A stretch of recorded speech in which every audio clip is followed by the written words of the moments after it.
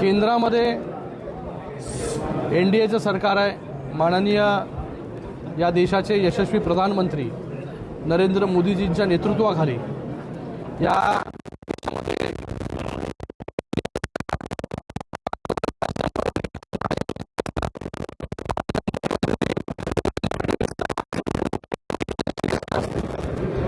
त्याचबरोबर या उल्हासनगर महानगरपालिकेमध्ये सुद्धा महायुतीचंच सरकार जे आहे, सत्ता जी आहे ती बसली पाहिजे, ही इच्छा जी आहे प्रत्येक कार्यकर्त्याची होती।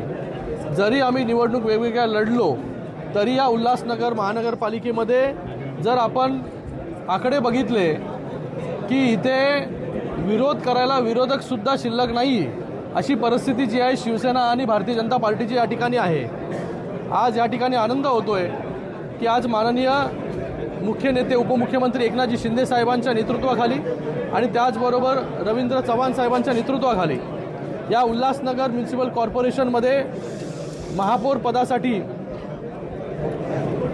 सौ निकम मॅडम आणि त्याचबरोबर उपमहापौर पदासाठी अमर लुंडजी हे दोन्ही जे आहे शिवसेना आणि भारतीय जनता पार्टी याचे उमेदवार जे आहे हे या ठिकाणी त्यांनी उमेदवारी अर्ज भरलेला आहे।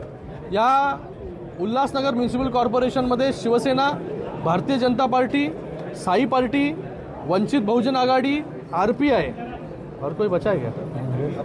अपक्ष और जे काय अपक्ष हे सगळे जे आहेत या सगळ्यांची सत्ता जी आहे ही या ठिकाणी बसलेली आहे। विरोधक जे आहे या उल्हासनगर म्युनिसिपल कॉर्पोरेशनमध्ये जे आहे आता विरोधक शिल्लक जे आहे ते राहिलेलं नाही। पूर्ण मॅन्डेट जे आहे हे या उल्हासनगरवासियांनी महायुतीला दिलेलं आहे। या ठिकाणी उमेदवारी अर्ज दाखल केलेला आहे। येणाऱ्या 3 तारखेला या उल्हासनगर म्युनिसिपल कॉर्पोरेशनमध्ये शिवसेनेचा महापौर बसेल आणि त्याचबरोबर भारतीय जनता पार्टीचा उपमहापौर या ठिकाणी बसेल।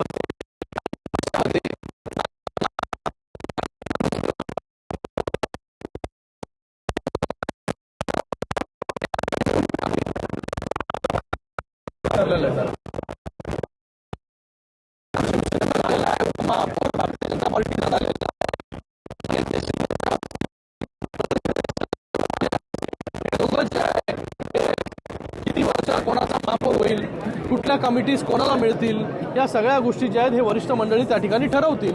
पण या ठिकाणी कोणाला किती वर्ष मिळेल त्यापेक्षा महायुती एकत्र मिळून काम करेल या शहराच्या डेव्हलपमेंटसाठी हे महत्त्वाचं आहे।